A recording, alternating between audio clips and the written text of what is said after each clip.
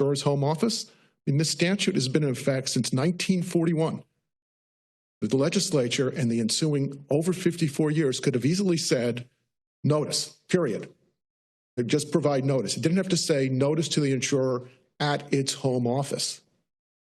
I know the plaintiff argues also in her brief that, well, telephone notice is good enough. I mean, there have been telephones for 100 years.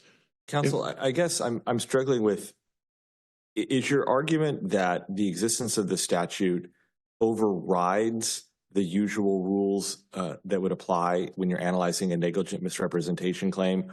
Or is it that it's your position that though the elements of that claim just don't exist apart from the statute because they're not satisfied for whatever reason? It's the latter here. Okay. That the statute is not satisfied, and if we're going to allow the usual negligent misrepresentation and negligence claims, we might as well write the statute right out of the books. There's no point in having it anymore. Because which element of the tort is missing? Is it duty? Well, the problem is the statute provides a discharge from all claims. But you're saying though that the tort is deficient apart from the statute. So why is the tort deficient? I'm not sure that the tort is deficient. I'm just saying it's barred by the statute in this case. Okay. I mean, she hasn't. Well, in this case, the tort is deficient because I don't believe fraud has been alleged with the necessary specificity. Okay, so in this case, it hasn't been, even though Ms. Cullis had now 5 attempts to amend her complaint. So in the questions that I've asked you, you seem to have taken issue with the specific language of paragraph 24 that says Corrigan told Stephanie that she would file the claims for benefits. And you appear to be taking a position that is insufficiently specific. I guess what I want to know is, and this is somewhat of a leave to amend question, is instead of saying Corrigan told Stephanie that she would file the claims for benefits, if it said Corrigan told Stephanie that she would send written notice to the insurer's home office, would that suffice? Number one, she's had 5 chances now to say That's not my question. I know that. I'm just pointing that out, Your Honor. Answer my question first. It would not suffice. Why not? Because the written notice to the insurer at the home office has to be made. That's what the statute says. If the legislature had wanted to say something else, like it's okay to tell your agent, that counts as notice. But I feel like we're not on the same page here because you've conceded that the notice does not have to be given personally. Somebody else can do it on your behalf. And if the complaint alleges, in the language that I just gave you, Corrigan told Stephanie that she would send written notice to the insurer's home office of the claim, that is a representation that they will make notice as required by the statute. And what you're saying is, even in that circumstance, it's insufficient, and I don't understand why. Because the statute requires the notice to be made. Otherwise, the policy... Right, but the whole premise of the misrepresentation claim is that somebody said that they were going to do something that they didn't do. Correct. That is the whole premise of it. Right. And I'm saying... And what they didn't do is provide the notice required by statute. The statute can't possibly be a bar to that claim. Well, it can when it says all claims. It doesn't just say a breach of contract claim. You didn't pay the benefits of the statute. It says if you're all right about claims. that, if you're right about that, there is no cause of action that anyone can bring if somebody agrees to provide notice on their behalf and doesn't do it. Effectively, what you're saying is it must be given personally because you can't rely on anybody else. That's what the legislature intended, and that's what it is, Your Honor. Doesn't the statute say on behalf of, which seems to contemplate that you can have someone do it on your behalf? It does. It says notice on or behalf of some other person that the person claims to be entitled to the payment. Well, it's the argument that certainly no action can be brought against the insurance company. I guess I'd like to hear your thoughts on whether or not you're separating out a different answer for Ms. Corrigan than Nationwide. Well, I'm not, because in this case, the allegations are against Ms. Corrigan are solely based on her being an agent of Nationwide, and that Nationwide is responsible for her acts. And what are we looking for here? So the question then is, let's assume for a minute you have somebody who is not in that position, contrary to what's pled here, who's an independent agent, okay, and deals with a lot of different insurance companies. And they are approached, and the allegation is that the lawsuit is solely against that individual, not against the insurer. Is that a viable claim? That might be because there, in that case, as Justice Baker pointed out, the agent might be the agent of the insured as opposed to the insurance company. I think that's a different case. That's not what's alleged here.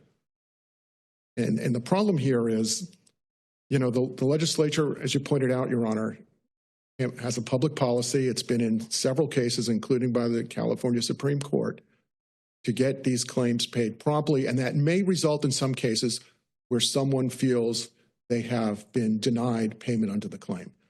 First of all, in this case, Ms. Cole had adequate remedies as provided in the statute in the probate court. And in fact, as reflected in the Superior Court's minute order, she settled with the two beneficiaries. She's trying to recover twice here. I don't think the law is meant to do that. And that's why we have this statute, to prevent these claims by someone. Anyone can make a claim, right? Anybody can call up an agent, whether it's their agent or not, and say, I think I'm entitled to those benefits, and therefore I'm going to sue the agent and you, the insurance company, for fraud, for unfair competition, and the like. And the statute is meant to foreclose those claims. Counsel, your time has expired. Thank you, Your Honor. Thank you. You just have a few minutes. The law recognizes a special relationship between insureds and their clients and the insurance company. She was not the client, right? She's a third party to this. The client was her deceased husband, right? Yes. He was the one that brought her the policy. She has no contractual relationship whatsoever. She's making a call, essentially out of the blue, to an agent that she has no pre-existing relationship with, no contractual relationship with, and under the misimpression that she was a beneficiary on the policies, but she's told correctly that she is not.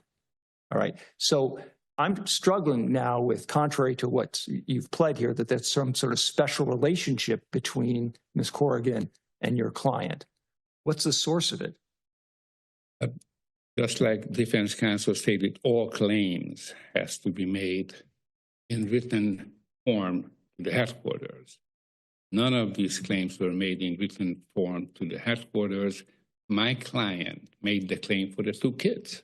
They didn't know that the father died. The kids didn't even know that the father died. They lived in Europe. And my claim, that this is it. The kids and I were making a claim. The kids' claims were not made in writing. They were honored. Madam Cole's case but was... the difference there, counsel, I think, is that the kids were the named beneficiaries under the policy, right? So you can understand why the insurer would pay claims for the named beneficiaries, even in the absence of a written request. So I don't know why we're arguing about this one way or another. I'm just trying to understand what your theory of the case is. The statute says all claims. And here, all claims were not made. Some were honored, some were not. The ones which was the ex-lover didn't honor that one. Anyway, Mrs. Corrigan independently should be held responsible, even if the insurance company is not. I'd like to cite the case of California Insurance Guarantee Association versus workers' compensation, which held that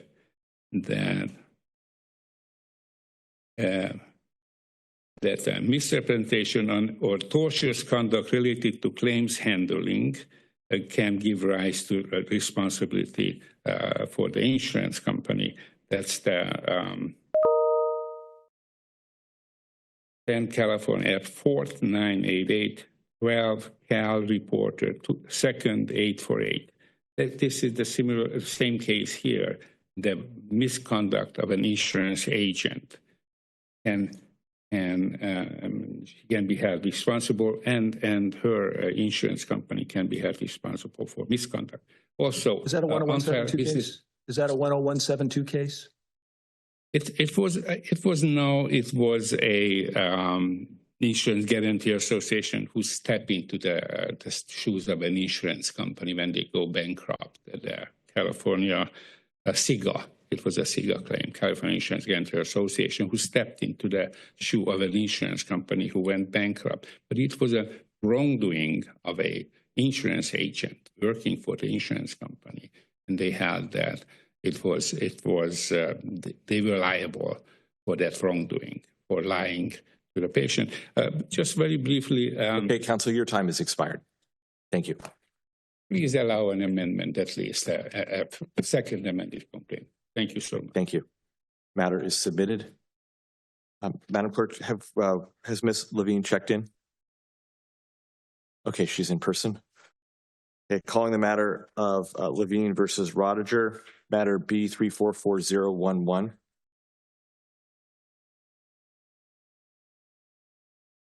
Morning, ma'am. If you would like to approach the lectern, you may. Just approach the podium, yes. I just wanted to let you know as well, since I don't think you were here when I made the initial announcements, we have read your brief. We're familiar with the record and the law, so if you'd like to just talk about whatever points you'd like to emphasize, you should feel free to do that rather than repeat just what's in your brief. So you may proceed. Thank you very much. Of course, first of all, I want to express my gratitude for the opportunity to argue for my case for a second time. And I'm aware that the Superior Court already has expressed doubt in my validity of my request. And I believe that justice hasn't been served at my case. I understand that there's certain legal matters that have been looked at. And then again, I want to point out that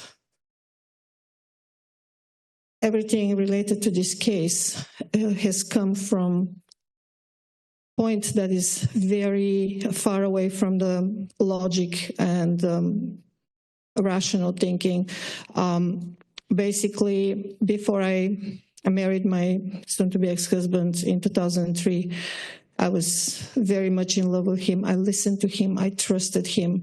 And I knew that he's coming from very difficult divorce. And he felt like he lost a lot of money. And what he explained to me is that what I'm signing is something to protect him from my first ex-husband and to protect me from his first wife who was asking for money all the time because she was on drugs and alcohol and pills. And I trusted him. I signed something that I didn't read. I was given in front of the notary 1 minute before we entered. I was not represented by the attorney he claims I was represented. That was immigration attorney I had no relationship with. I asked him last year, I called, do you have any contract to present me? Do you have any payment?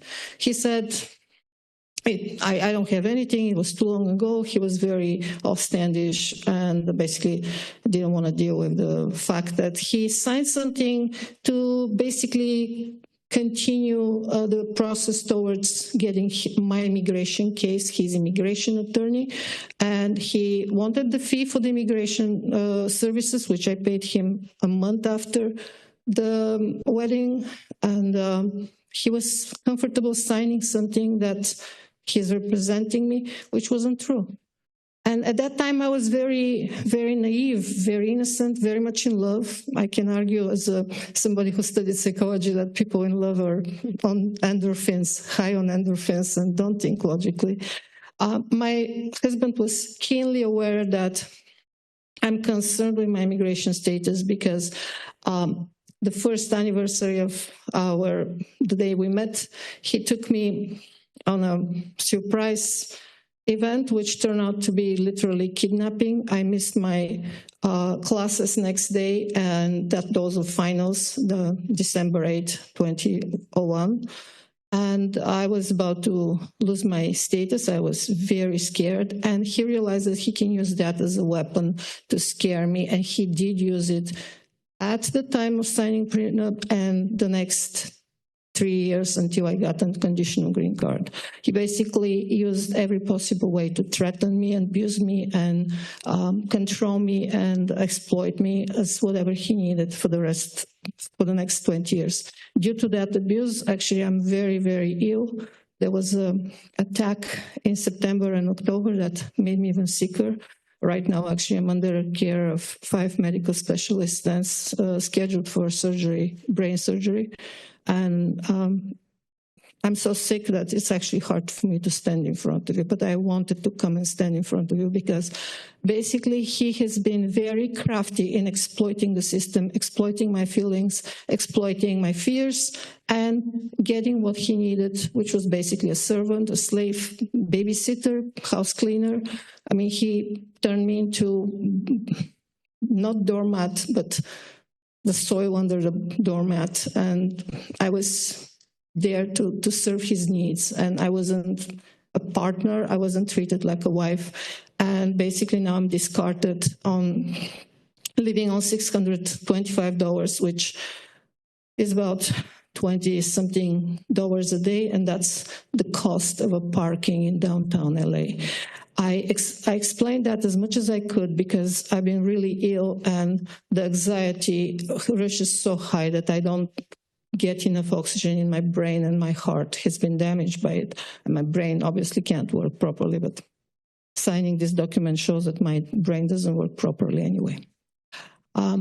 So when Honorable Judge White started reviewing the case in September 21st, 2023, the first thing he said is, oh, it's too late to challenge it. It has more than 5 years since the opening of the divorce case. You missed the due line. So I actually went and researched and argued that I couldn't find any information about that limit of 5 years. So the case was continued. I also argued and presented medical documents about medical problems. And the fact that actually because the abuse is related to the same person that I'm having a case with, it's impossible for me to actually do research, work on my papers. I've been always preparing everything in the last moment, not because I'm sloppy. I finished my first master's when I was 21 and a half, so obviously I can follow schedule. Not in this case. I'm scared all the time. I'm paralyzed. They call that functional paralysis. I can take my kids to school and take care of the housekeeping and stuff, but I am paralyzed when I have to work on my case. I explained that I need help, legal help, and the judge was actually listening and ready to delegate some money for representation. My husband started lying, and again, actually I'm filing complaint for lying under oath against him because he has been systematically deceiving the court, and I think this is disrespect to court and is obstruction of justice. He basically is able to say whatever he feels like. So he has 5 houses that are completely paid off, total of $4 million. He has gold and silver. Some of the silver is mine. He took it away. He has hidden stash of money I have seen. He showed me to humiliate me and say, look how stupid you are divorcing this rich man. Of hundreds of thousands of dollars stashed possibly in a Bank of America deposit box. I ran forensic accounting research on that, and that was the result. While having all this money and having 5 houses completely paid off, he actually declared in front of the judge that he's a poor person who lives on a pension. He has 2 disabled kids, which is true. I have 2 disabled kids too, which I take care of with $625 a month. So the judge postponed the sessions. Then we had a substitute judge who canceled my request. And not only I was not represented at the time of the trial, but I was also very sick. I had to address a family emergency, take my son to Europe to get medical. He has heart defect too. And I literally came to the court sick with a flu, a fever, and sleep deprivation for like 2.5 days. My brain wasn't working properly. If it was working, I would point that his financial documents are, a lot of the information is not true, it's not correct. And I was in a state of paralysis, and I just basically said, okay, we'll go with these documents. And I want to mention something here because I think it might be helpful. I think I was judged on performance. In my culture, I literally grew up in a very, very traditional, like Amish-like culture. Making eye contact is not appropriate. Even if I train myself to make eye contact, I've been hit in the eye so many times. I have that fear of like responding to, I cannot make eye contact. That might appear as lying. It's also cultural differences. Representing myself has been the hardest thing I've done in my life. I always have been shaking and close to fainting. And not having legal help certainly has impacted my success in court, or unsuccessful presentation in court. Also, I cannot argue about something that I don't know, and I couldn't research it because it was making me so sick with anxiety that I couldn't. I had times where I would sit in front of the computer for hours, like paralyzed, unable to do anything, and I knew that I have to fill up documents and file them with the court, and I was missing deadlines. Again, how would I know that, let's say, because he didn't do a full disclosure, or because I wasn't represented by attorney while I signed off my spousal right to have a spousal support, if I didn't know that, I couldn't argue. That's what I'm saying, that legal representations, especially for victims of spousal abuse, is very important, because it's a crossroad between all the fears and abuse and threats. I mean, at the lunch break, he actually threatened to kill me if I win the case. So yeah, might be there's some benefits if I lose. He has pulled a gun on me twice in 2020.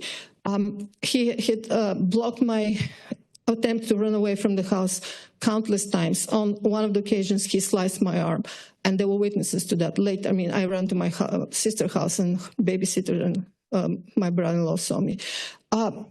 And then again, there's no witnesses, there's no proof beyond the doubt. The issue is that victims of domestic violence are held at the standard of prosecutor in a criminal court.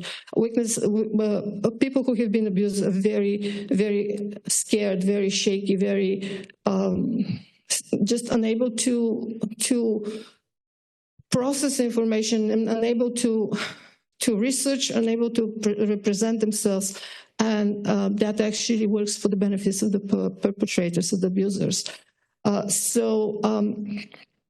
Again, my attempt to show what happened and how falsified everything was is because, yes, I'm fighting for myself, but I'm also fighting for my children who are disabled, and that means they need lifetime of support. I'm disabled. I don't know if I can recover. I'm constantly affected by the daily interaction with my abuser. I have to figure out how to keep these kids alive and safe, and they're not safe in his house. And his goal has been to destroy me, either physically or health-wise, and just get rid of me. If I'm out of the picture, these kids will be badly abused. I mean, my daughter will be badly abused. My stepdaughter will be badly abused because I actually raised her. I consider her my daughter. And it's basically, I can imagine you have seen some valid points, I hope so, in my opening brief. And what I came to say today is that I understand the importance of documents, and I understand this is a contract. I didn't have that understanding when I signed it. I didn't know what it was. My English was very bad. I mean, I was very naive. I could possibly admit that I would sign it even if I knew that it's actually I'm giving up all my rights, because I loved my husband. I never planned to leave. I wanted kids. And the other thing is he lied that at that time he was making $12 per hour, which is a joke. He worked as a building engineer in Capitol Records, and he was building engineer since 1982. He was a member of electrician and engineer union. Union members don't get $12 per hour. He was getting about 29 or 30, and later on 33, 34 per hour, which makes 60-something thousand per year. He made himself poor and made me poor because I had education and skills in music, and I was working on soundtracks for movies. He wanted to argue that it was in my interest to sign this document because I was rich and he was poor, which is a complete lie. He had stocks and bonds and cash stuck in his mother's house or his mother's account. He transferred everything to his mom. He continued to transfer properties under the trust of his mother, and then that was transferred 10 years later back to him. But it was all games he was playing to protect his properties so they're untouchable. And the ironic thing in that time is that while he was playing all these games, I was at home watching his kids, cleaning feces from his disabled daughter's body, cleaning disgusting mess, doing laundry, and giving up on my dissertation, giving up on my music career, losing my professional skills, and now I cannot recover. I have lost so much. The business has changed so much. I don't know how I'm going to dig myself out of this, how I'm going to take care of my kids and protect them and make sure they're safe. So my attempt to fight this is not because I'm some greedy mail-in bride or gold digger. It's because I contributed to this family so much. That's 21 years of my life and 5 years of post-separation abuse. I got so damaged and robbed of dreams, of chances of professional growth, and most of all, robbed of stability to provide for my kids. I have 2 court trials on 5th and 6th of March, in which he will argue he's more stable, and most likely I will lose even more chance to take care of my daughter.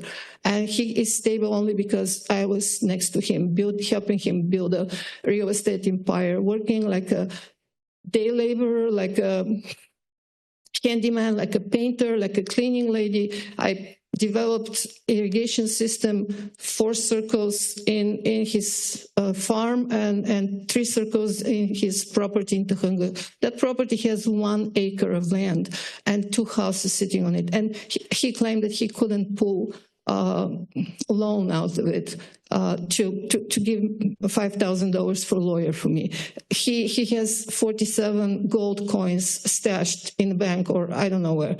2 coins would pay for a lawyer. He didn't have to apply for, and I have no ability to go and pull all these records because all this requires paying fee to investigation, forensic accounting, or a lawyer. And I live on $625 a month. And my car is having 337,000 miles on it. I don't know when it's gonna fail.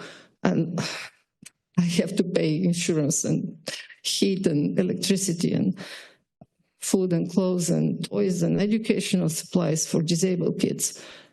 So here's my call. I understand law is important, paperwork is important, contracts are contracts, but we're also humans, and I'm human, and I'm beat down human, and I'm just begging for mercy. Thank you very much, ma'am.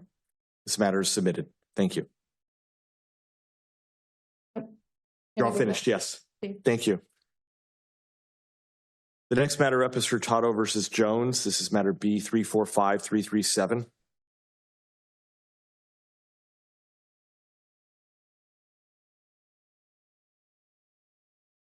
Okay, Mr. Wade, can you hear and see us? Yes, I can. Thank you.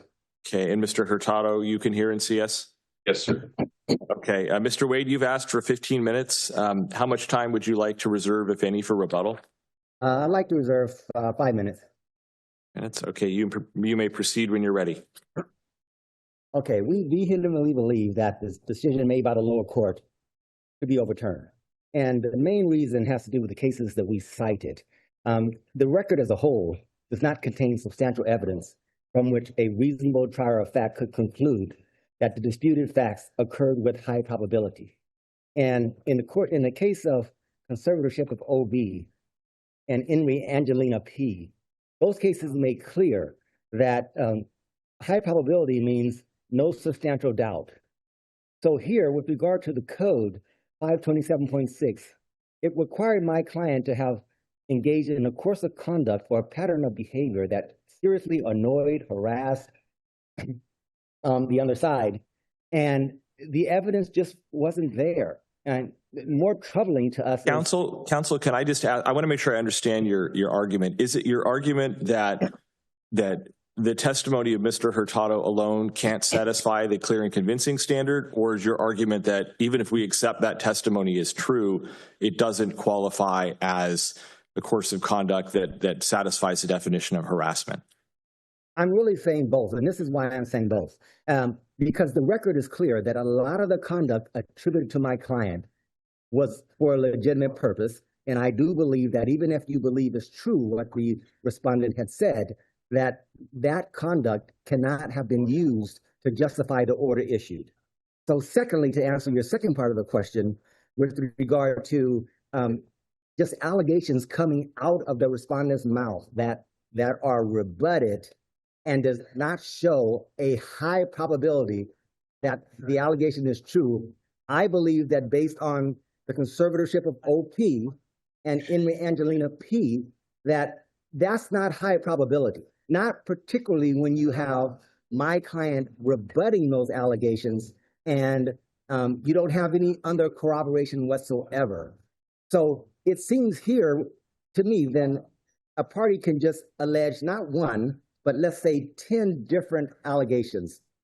So on the hope that by making so many allegations, even Mr. though Wade? for each one, yes. You just mentioned your perception that there was a lack of corroboration. There was at least corroboration of your client's violation of the temporary restraining order, wasn't there? So even with respect to that, in all due respect, that was taken out of context. So that the alleged corroboration of him having violated the restraining order was an alleged video footage that the respondent wanted to show when the respondent wasn't home. The testimony was that the respondent had video footage of my client within so many feet of his home, but the restraining order restrained my client from coming within so many feet of the respondent who wasn't home. Even with respect to that alleged violation, my client was still allegedly on his own property. And if my client were to explain that, my client would say that he didn't violate the order, that the video footage of my client. I'm a little confused when you say if my client were to explain that. Wasn't there an evidentiary hearing in this case? Yes, there was. And so that would have been the time to explain it, right? Yes, but even prima facie, I'm saying, if you just look at the evidence that came in on that point in time, the respondent wasn't home. There was video footage. They are neighbors. And my client watching something, there's a legitimate purpose for that. But even if someone were to believe that's true, again, I don't believe that prima facie it shows that, but that doesn't amount to a course of conduct or a pattern of behavior either, Your Honor, in my view. Just Counsel, we can't divide everything up. When the allegation in that statute invites looking at a pattern of behavior, there's nothing wrong with looking at the full scale of things. It's necessary by what the statute requires. I want to ask you about another issue that has to do with corroboration and also has to do with the argument that you're making about the legitimate purpose. What does the record tell us about what the legitimate purpose was for flying the drones over Mr. Hurtado's property? So, I mean, in our view, Your Honor, based on the statute in the Crosby case, indicating specifically that the airspace above property is free space and is allowed to be used by people, and there's a legitimate purpose for flying a drone. That's why people fly drones. They fly them for all different reasons. I understand that there may be all sorts of different reasons, and it's not illegal to fly the drone. I'm trying to understand on this record, was there an articulation of what the specific reason was for flying the drone over Mr. Hurtado's property repeatedly?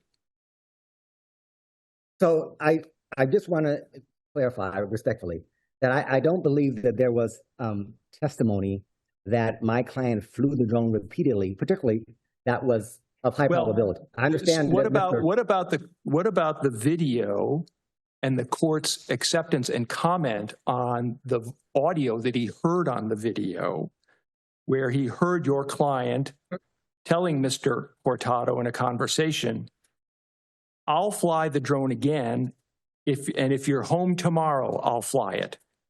Can't a fact finder infer from that there has been the drone flying over, that it's repeated, and that it's corroborated? So the two prongs to that. I understand that my client indicating that he flew the drone once, 18 months prior, that admission of one occurrence, I don't think you can apply, and you can't extrapolate from that that's an admission that he regularly flew the drone. I understand that. But even if my client were to say, "I'll fly the drone again," because he's upset.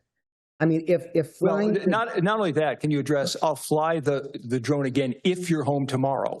What's the purpose, the legitimate purpose that he's trying to sort of articulate about flying it when his neighbor is home, his neighbor who's disturbed about that intrusion? I understand. And what I would say to that is, but that didn't happen. So making a statement to a neighbor in isolation or something, that because you're upset for whatever reason, because you have a property dispute or something else, making a statement that you'll do something, that doesn't justify, we're not talking about, putting him in fear. We're talking about an order where he's supposed to have engaged in a course of conduct or a pattern of behavior. Making a statement like that because you're upset with your neighbor because you have a dispute or something with regard to property, I don't think that justifies a court issuing a civil harassment restraining order against you. So, but counsel, doesn't your client's statement though seem to indicate that his purpose for flying the drone was not legitimate, but rather a harassing purpose? And isn't that relevant to the inquiry? What I'm saying is, I think people do say things when they're upset. So these two individuals didn't get along. And so my client said something, but factually he did not do that. Like, the record is clear that my client did not fly the drone again. And he did not regularly do that when the respondent was home. And I understand he made the statement. But if we go on the law, I'm just saying, and even the statute that says constitutional protected activity cannot be used for grounds for the restraining order. And if we go on the law, I'm saying Crosby, that says flying the drone over an airspace is protected, is something that's allowed. If we go with that, then are we saying that my client threatening to do something that is allowed by law, because he wasn't threatening to record or take photos, which is prohibited? So just to understand, if I go out tonight and I buy a drone and I decide what I'm going to do is fly over my next door neighbor's property every day from noon until 10 p.m., and I do that for 100 days in a row, your argument is a legal argument that cannot be the basis for a civil harassment restraining order, correct? I'm not saying that, because what I'm saying... Okay, so then we're out of the legal argument, and what we're into is an assessment of what the evidence shows on this record. And I appreciate the argument that you're making, which is an argument about, gee, it wasn't that bad, he didn't do it again. But don't we defer to the fact finder here in terms of his assessment of the credibility of the two witnesses who testified, his express finding that Mr. Hurtado was more credible in determining that this flying of the drone over the property, there's enough in the record to say it was repeated, it was corroborated, and it was, as Justice Hofstad pointed out, articulated by your client that he's doing it precisely because his neighbor is home. That's his explanation, which is not an explanation that there is some legitimate purpose for it. Why can't that be the basis for the order? So I would say that the testimony from my client was specifically, he testified that he did not fly the drone with the intent to harass, that he did not try to harass Mr. Hurtado. Remember, that was his testimony. So what the record shows, his written submission to the court in item 10 was denying ever flying the drone over the neighbor's property. Right? But we know that was false, correct? From other evidence in the record, right? Yes, we know that he was inaccurate. Yes, okay. We know that he was inaccurate. So in addition to this, in terms of the court's assessment of credibility, which we defer to, we have a trial court that was faced with a declaration that you concede was false on this very issue. I do concede, whether yes, I concede that it was inaccurate. Yes, I don't know what was in my client's intent or if he forgot when he was writing the response, but I agree it was inaccurate. That statement was inaccurate. So on the record, we have one occasion in which my client flew the drone. That is on the record. But and all I'm saying is, respectfully, if we take into account conservatorship of OP and in Angelina P, where it says that the record as a whole has to show substantial evidence that the alleged statement that my client flew that drone regularly, that had to have been proven with high probability. And I understand that the court can look at the credibility of the parties, but the Supreme Court made clear that when we're talking about clear and convincing evidence, it's not a preponderance of the evidence. We have to look at that record and say, Mr. Hurtado has alleged that the appellant flew his drone regularly, and the appellant denied that. And so if we're going to issue a restraining order, particularly based on that allegation, we need to look at the record as a whole and see, is that allegation, is it proven with high probability, which means no substantial doubt? And I am saying, how can the court find that when Mr. Hurtado has obviously incentive to fabricate, and he's been proven— Well, Mr. Wade, it sounds like the argument that you're making is you can never have clear and convincing evidence when you have two witnesses who testify inconsistently. Is that your point? I am saying that I don't, in my mind, and well, start off with a yes or a no, just so I understand what's coming next. I would say it would have to be, someone would have to just be so uncredible, let me explain, that on the record as a whole, it shows that the alleged fact was proven with high probability. And I'm assuming, I am envisioning a circumstance in which someone could be so incredible when they testify. They could be inarticulate, they can just make so many false allegations, and they can be so unbelievable that even though they disagree, and even though they have a different opinion of the petitioner, the court in that situation could conclude that the fact was proven with high probability. I don't see that here. My client his testimony was very substantial in a lot of different areas. And I don't see this record as showing that a disagreement between Mr. Hurtado and my client, that the court can just look at what Mr. Hurtado said on this record. Where my client I understand what you're saying, and I imagine you're getting short on time. Is there anything else that you didn't get to say at this point? No, but I would be happy to answer. And I would just like to say one more thing briefly, that is troubling because the court, in making its decision, as you know, the court, it implied that it was making the decision based on the drone use, because it referred to the fact that my client had admitted to flying the drone 18 months prior. And then it also made reference to the fact that Mr. Hurtado tried to resolve the property dispute, and my client was the one who didn't see the property dispute as being resolved. And so in that instance, I'm saying it implies that the court, in my view, used conduct that was engaged in for a legitimate purpose in justifying the restraining order. And I think that was improper. Okay, Counsel, you have less than a minute left, but I'll give you a minute on rebuttal after Mr. Hurtado. Thank you. Mr. Hurtado, you may begin. Yes, good morning, Your Honors. This case is not about a property line or a neighbor disagreement or a neighbor cleaning his yard. This is about a sustained multi-year course of conduct that the trial court correctly found amounted to civil harassment under Code of Civil Procedures, Section 527.6. The appellant now attempts to rebrand that conduct after the trial court made express credibility determinations. The court found that I met my burden of proof with clear and convincing evidence and expressly stated that the totality of the evidence demonstrated a repeated course of conduct targeting me and my minor daughter that seriously invaded our privacy, harassed, and caused substantial emotional distress. In this case, the appellate court reviews the trial court's factual findings for substantial evidence, but does not reweigh that evidence. The question, therefore, is whether any substantial evidence viewed in light most favorable to the prevailing party supports the trial court's determination. Under the substantial evidence standard, a mere disagreement with the trial court's credibility determinations is not a basis for reversal. The appellate invites this court to reconsider credibility and reinterpret facts, but substantial evidence supports the trial court's findings, and the order must be affirmed.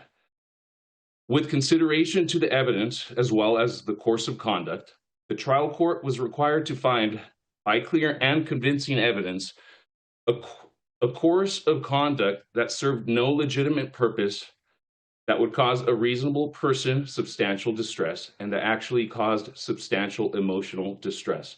The evidence supported each element. The trial court did not isolate individual incidents. It evaluated the pattern over time and found that repeated conduct directed at me and my minor daughter met that standard. The record reflects repeated drone activity over my home and family, repeated drive-bys, surveillance and monitoring behavior, aggressive confrontations, constant baseless legal threats, trespass and encroachment violations, destruction of privacy landscaping, repeated references to firearms, repeated dumping of trash onto my property, and other unwanted behavior that was directed at my daughter and my property. Mr. Hurtado? Yes, sir. Can I interrupt you for just one brief question? With respect to the statements about firearms, is there anything in the record, and I'm not asking you to go outside the record, I just want you to focus on the record. Is there anything in the record to indicate that Mr. Jones told you that he was a firearms instructor? I did not know that he was a firearms instructor until I read his declaration response to my request for civil harassment restraining order. Okay, thank you. Okay, so the trial court evaluated those acts collectively and based on the totality of the evidence and its credibility determinations, found that I had met my burden of proof by clear and convincing evidence. Under substantial evidence review, that finding must be upheld if it is supported by reasonable evidence. In response to the appellant's arguments, appellant's position is straightforward. He argues there was no course of conduct, no substantial emotional distress, that each individual act had a legitimate purpose, and that the clear and convincing standard was not met. In essence, he's asking for a retrial. But it is not enough to simply disagree, and substantial evidence supports the findings, and there was no abuse of discretion. Appellant analyzes each incident in isolation and emphasizes that certain acts may have been lawful when viewed individually, but 527.6 addresses repeated conduct that when viewed cumulatively constitutes harassment. Appellant spends a significant amount of time emphasizing the absence of violence, but this is irrelevant as the court found that the pattern of behavior constituted a course of conduct, which is the standard that the trial court correctly identified. I'd like to mention that appellant repeatedly misstates case laws and takes them out of context.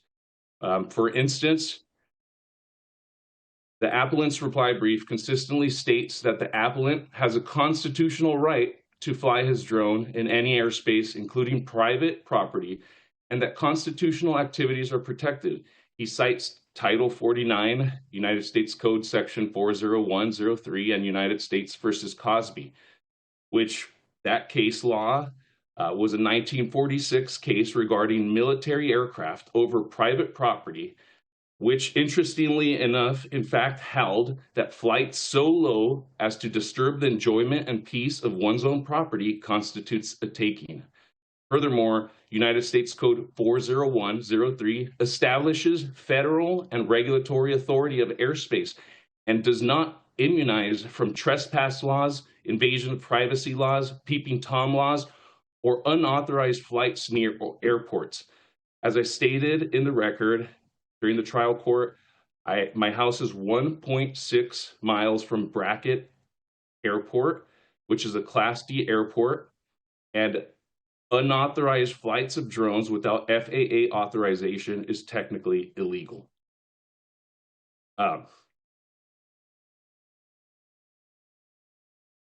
Finally, the appellant also argues that there was no substantial emotional distress. The statute requires distress that would affect a reasonable person and that actually affected the person. The record shows that for years, I was unable to use or enjoy a large portion of my property because of his aggressive and surveillance-driven behavior. I began keeping my daughter's cat indoors, and I no longer allowed my daughter outside to enjoy our property. If I may, I'd just like to request that I read 2 paragraphs from the record, if that's okay with you. We're familiar with it, but you may proceed. Okay. This is on page 54. I'll start at line 20. It'll be quick, 30 seconds or so. It's like there's retaliation or there's some kind of response for him, and he's not willing to work with me. He's just escalated every problem. I believe that if this restraining order isn't granted, he's just going to find a way to escalate. He's going to take this as a ticket to just harass me even further. I know that. He's shown it. He's aggressive. He's extremely aggressive, and he's shown that. That's in all the videos that I've shown. Him coming onto my property, completely disrespecting my property. Those poles. I asked him for years, can we just respect those poles? He didn't care. He would come onto my side when I asked him not to. I had to put that fence there to protect my daughter, myself, because this is true. This is, I regret buying that house so much. Like, he just will not leave me alone. He will not leave me alone. When the police department on March 13th asked me if I wanted him arrested for the violation of the restraining order, I said, no, I just want him to leave me alone, and he will not leave me alone. In conclusion, the question is not whether this court would have decided the case differently. The question is whether the trial court's decision was within the range of reason and supported by substantial evidence. The trial court applied the correct legal standard. It heard live testimony, observed demeanor, assessed credibility, reviewed evidence, and made express findings based on the totality of the evidence. The record shows that substantial evidence supports the trial court's findings under the clear and convincing standard. The record contains evidence of a repeated course of conduct directed at me and my minor daughter. The trial court found that conduct served no legitimate purpose, would cause a reasonable person substantial emotional distress, and in fact cause such distress. Those findings are supported by the record and are entitled to deference. The appellant asked this court to recharacterize the facts, discount credibility determinations, and reweigh conflicting testimony. But where substantial evidence supports the ruling, the order must be affirmed. The restraining order was not sought lightly. It followed years of attempted peaceful resolution, as the record shows, including at the outset of the trial, my willingness to mediate. The appellant immediately refused mediation. This was noted by the commissioner. The court evaluated the totality of the conduct and exercised its discretion carefully. Under substantial evidence and abuse of discretion review, I respectfully request that this court affirm the restraining order. Thank you. Thank you, Mr. Hurtado. Mr. Wade, I'll give you a minute to rebut. Yes, Mr. Wade, let me, I don't want to eat too much into your time, but I have a quick question. Do you agree with the respondent here that the record does not reflect any indication that your client told Mr. Hurtado that he was working as a licensed firearms instructor? I didn't see that in the record, so So my follow-up question to that is, doesn't that, the fact that you've argued that here on appeal, it's not in the record, but doesn't that to the fact finder show a different kind of meaning to all the statements about owning guns and having guns? It'd be very different if he said to his neighbor the first time he met him, I'm a licensed firearm instructor. That's why I have a lot of guns, as opposed to simply reminding him that he was armed, had concealed weapons, etc. So, for example, I think it would be unfortunate and wrong. My client did not make any threats with the guns. My client made a statement when the respondent went to his home. It had nothing to do with any threats or anything. So I can see if my client was found liable of being a threat, which he wasn't, being a physical threat to Mr. Hurtado. And I can see how in Mr. Hurtado's mind, he knew that my client may have some guns. So that would satisfy the fourth prong, which would have caused him emotional distress if my client was accused of having attacked him. I can see how knowledge of the guns would impact that. But having guns, I'm saying, and not doing anything illegal with them does not show that you engage in a course of conduct or a pattern of behavior that harass someone. That has no connection to me, in my mind. That has no connection to that prong of the statute. The fact that he allegedly had guns in his home, because Mr. Hurtado testified he wasn't physically threatened by my client. And my client was found liable for this harassment. And so what I'm saying here, what I'm trying to leave with the court here, really, seriously, is if we just look at a case where someone, we all know in lawsuits, the petitioner has an incentive. So he comes into court and he makes all these allegations. And my client comes into court and he denies them.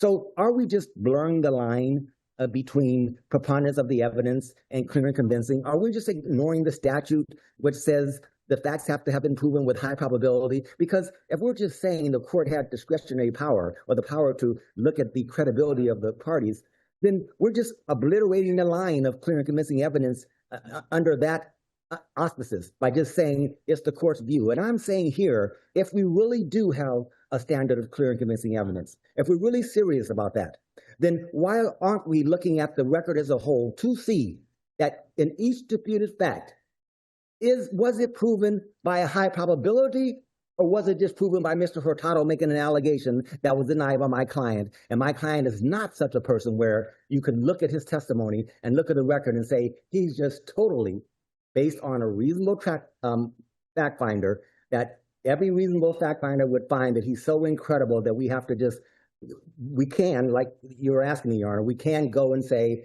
the petitioner has proven the case by clear and convincing evidence. This is not the case here. This is a case where what we will be doing here, if we let this verdict stand, or this order stand, we would just be obliterating the line of clear and convincing evidence and ignoring conservatorship of OP and Thank you, Mr. Wade. Your time is concluded and expired, and this matter is submitted. Thank you both. Thank you very much. Okay, the next matter and the final matter this morning is BIXLER versus Church of Scientology International et al. This is matter B339009.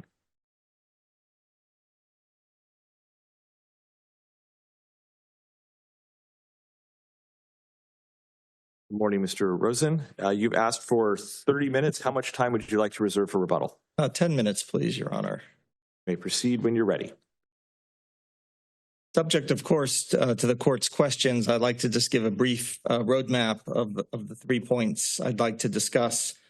First, given the plaintiff's concessions and the trial court's favorable findings that a number of the challenge statements in the complaint get past prong 1 of the anti-SLAPP statute, I'd like to start with plaintiff's failure to provide admissible evidence to show agency or conspiracy under prong 2.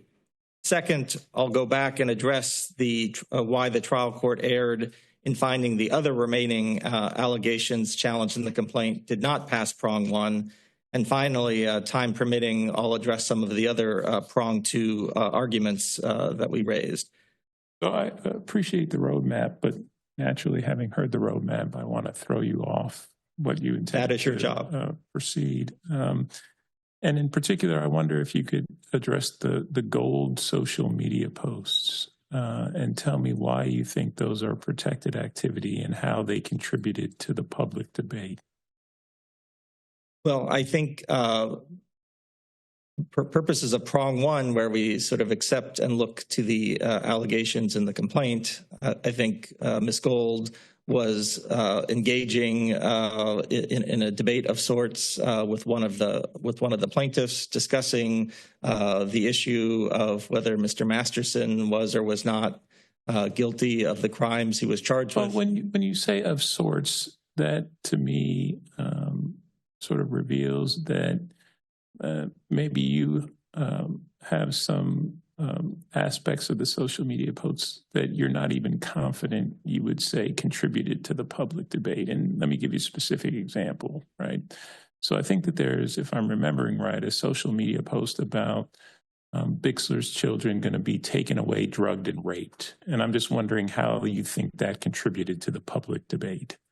Well, I think it's not an elevated debate. And in answering your question, if you look at Philmon, of course, Philmon talks about how you don't make moral judgments about the no, sure, but that to me just seems like it's maybe it's not a content issue. It's a question about whether or not some of those social media posts amounted to true threats.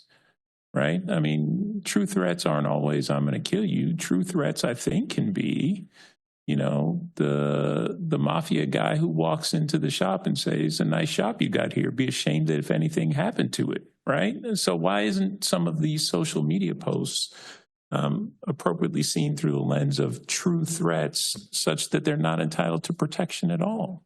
Well, I think there's a number of points sort of implicated by your question. First of all, there is an exception to prong one, as you know, the Flatley versus Morrow, if it's illegal as a matter of law, and then you would, bar potential speech even from getting through the prong one gateway. This is an argument that plaintiffs have never made, so either in the trial court or on appeal, so it's doubly waived, and the trial court did not consider it. Second, more directly to your question, and I should also say that the plaintiffs also have conceded that the social media posts get through all of prong one as the trial court found. So again, it's an issue that's waived by the plaintiffs.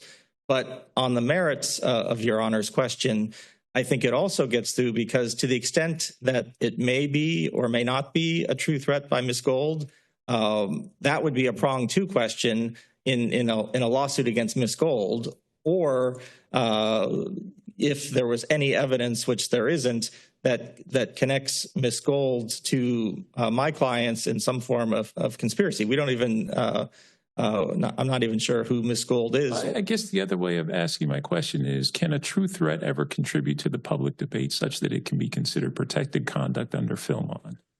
And I guess that the in sort of caveat to all this would be the Flatley versus Morrow, which is a very narrow exception if something is undisputed criminal as a matter of law.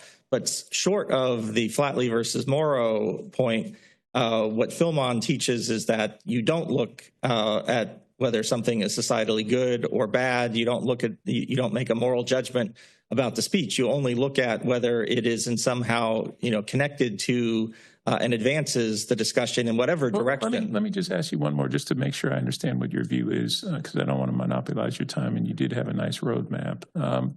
And so let's say you had a case where Netflix was exhibiting a movie and somebody walks into the hall where they're showing the film and yells fire, and everybody rushes out and people get trampled and lawsuits are filed. And I guess what I'm wondering is, if you had a situation where the claim was, well, I engaged in protected conduct by yelling fire in a crowded theater, I don't know that you have to get to the film on the Flatley question of whether it's a legal matter as a matter of law. You just say, no, it's not a matter that's protected by the Constitution. That's not speech that's protected by the Constitution, don't you?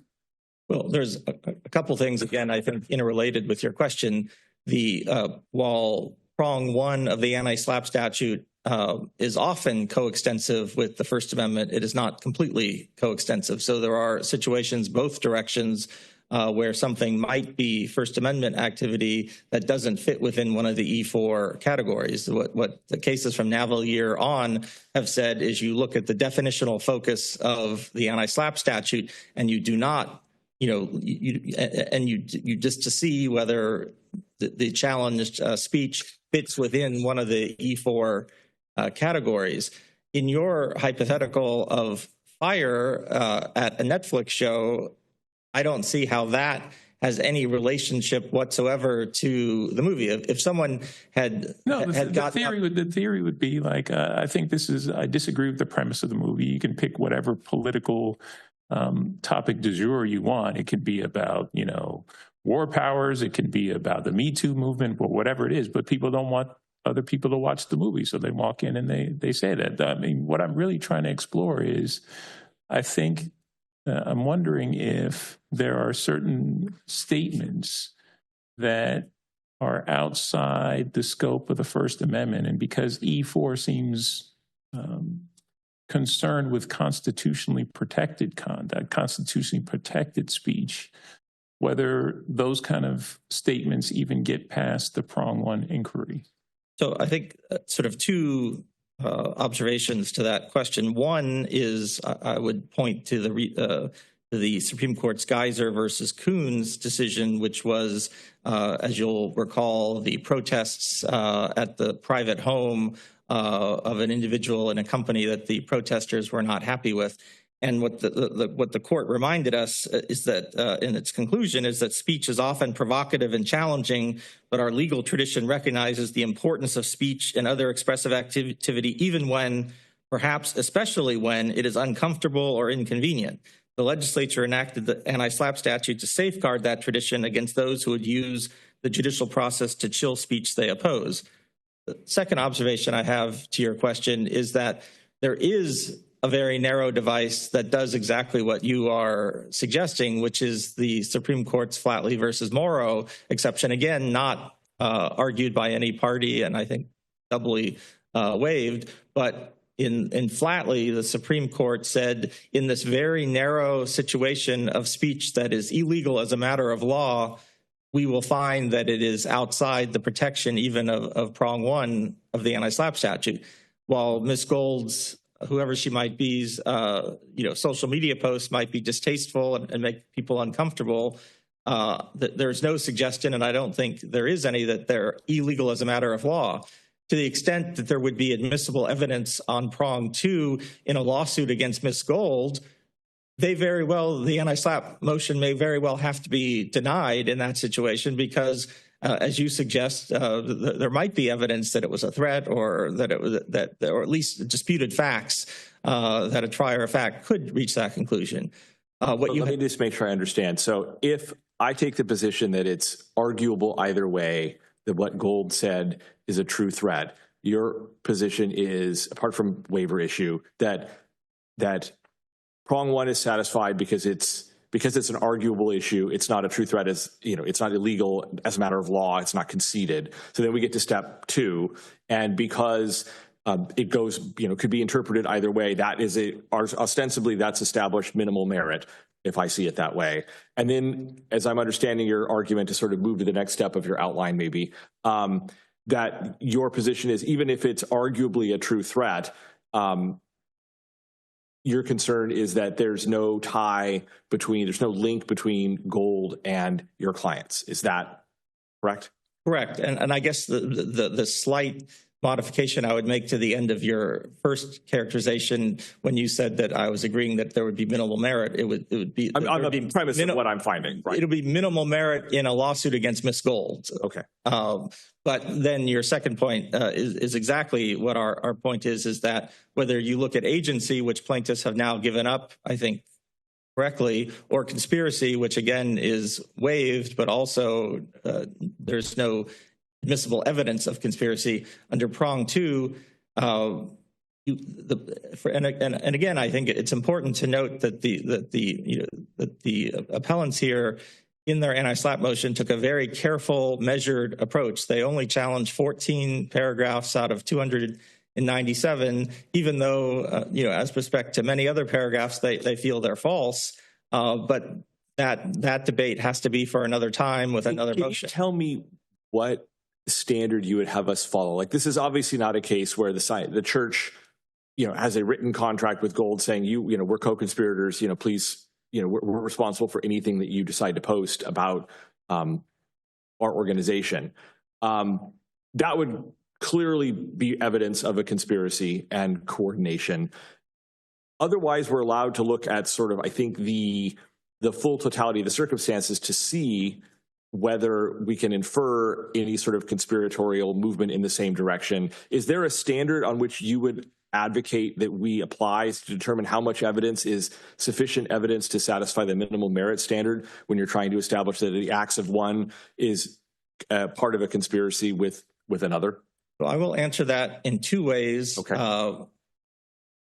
And I think that both get to, in a different sense, the answer to your question. The first is, I don't think the court actually needs to be worried about a standard here because there is no evidence of conspiracy. There is not the only admissible evidence that connects that speaks to the connections of the 7 third parties in the 14 paragraphs and the church are the 3 declarations that the church submitted from various of its entities saying we have never employed, worked with, directed, had any connection with these 7 individuals. There is absolutely no evidence, if you look at any of the plaintiff's declarations, that makes any connection between the 7 individuals that are subject to the 14 paragraphs that are at issue here and the church. The second point, because I understand that depending whether this is published or unpublished, you may want to speak to future cases. I think that sort of 3 of the cases that we cited, 2 that found insufficient evidence of conspiracy and 1 that found sufficient evidence to allege conspiracy, I think help guide us towards what the standard would be. And the first 2 cases I direct you to are In Re Banks, which is 97 Calap 5th 463. This is the case where there was evidence that an individual outside of prison mailed drugs to a particular inmate in prison. And the Court of Appeal said the mere fact of mailing the drugs to the prisoner was not enough to establish evidence of conspiracy because there wasn't evidence of the connection between the outside person and the prisoner. There wasn't evidence to show the purpose and that there was actually a purpose to have the prisoner take the drugs and sell them and distribute them, within the prison, because there was no evidence of the relationship between the 2 parties. The second case I'd point you to is People versus Drolet, 30 Calap 3rd 207. This was a case where you had an illicit sex act performed in a club, and the question was whether the employer and producer of the show could be liable for conspiracy with the actors who ended up committing the alleged, illegal act. And what the Court of Appeal there said was that mere association alone cannot furnish the basis for conspiracy. Now, of course, in our case, there isn't any evidence of association at all. There's certainly no evidence of any agreement, so it doesn't meet it. The final case I would point to, which found evidence of conspiracy, is the Wyatt versus Union Mortgage, 24 Cal 3D 773. And in that case, what the Supreme Court said is that there was a lot of evidence that sort of connected all of these individual corporate officers with sort of the broader conspiracy of the company. And that evidence was that there was a company policy for bait and switch. There was also evidence of a close-knit arrangement between all of the business operations, and that all of the related companies were housed in the same office building. So in that Mr. Rosen, as you're talking about conspiracy, I keep thinking back to our exchanges earlier in your argument, and I'm not prepared to leave it entirely. Let me ask you this way. Do you think everything that's written or said on Twitter about a famous person is anti-SLAPP protected conduct? I would say a great percentage of it would be, but not all. I think there has to be some public controversy, and there has to be under the second step of Philmon. Even if it's a famous person?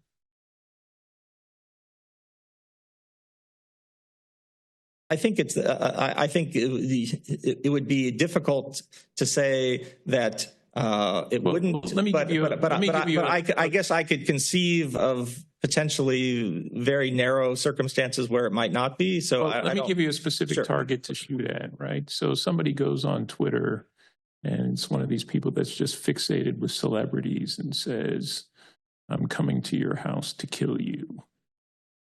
Right? It's about a famous person. That's the statement that goes on Twitter. Is that anti-SLAPP protected conduct? That, I think, would fit under the Flatley versus Morrow illegal as a matter of law. I don't see how that statement is anything other than the person submit the declaration and say, I was just joking, right? I mean, you can imagine, like, let's not avoid the force of the question, right?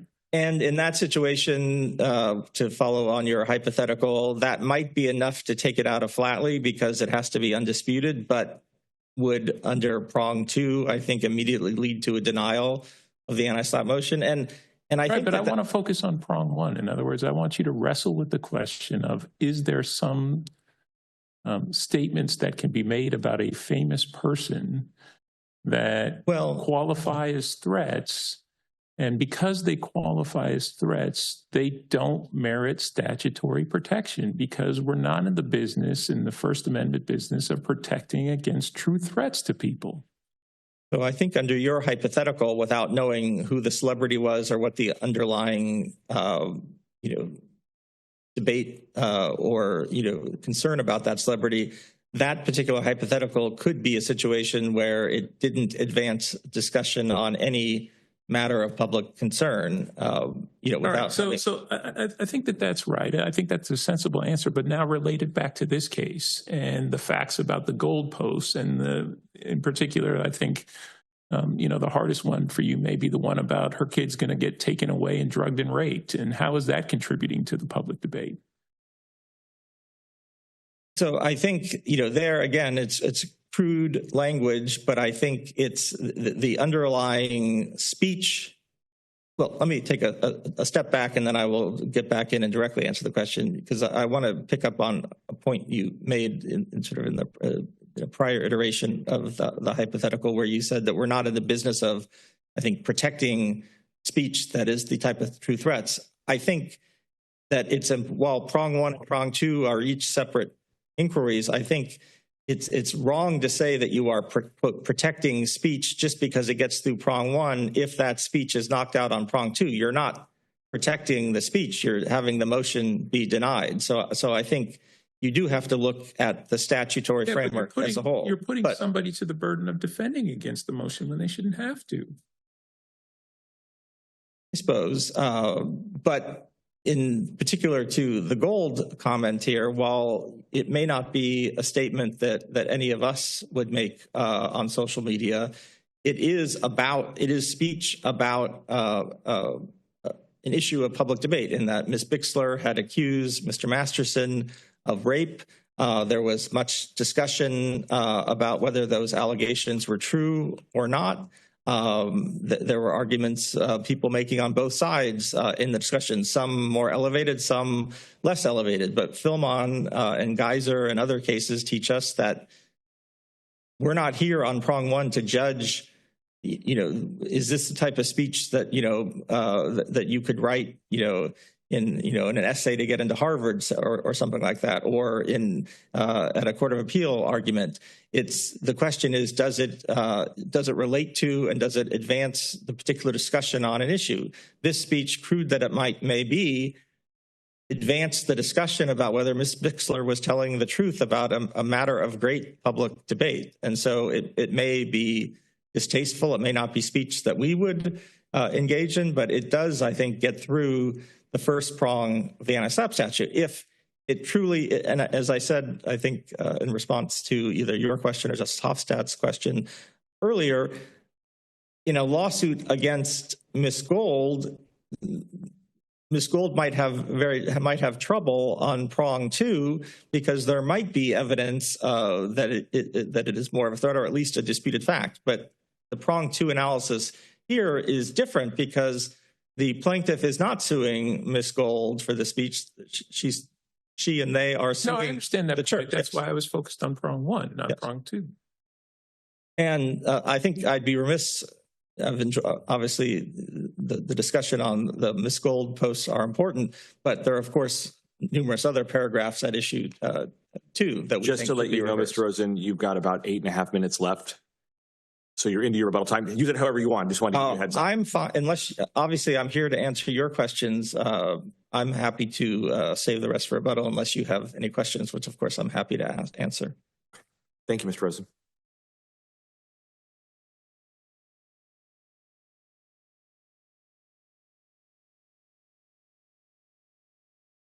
Morning, Your Honors. Simon Lean for respondents, and I'm joined by John Kucera. I'm going to be handling the merits argument, and to the degree that you would like to hear on the sanctions issue, Mr. Kucera is here to address that issue.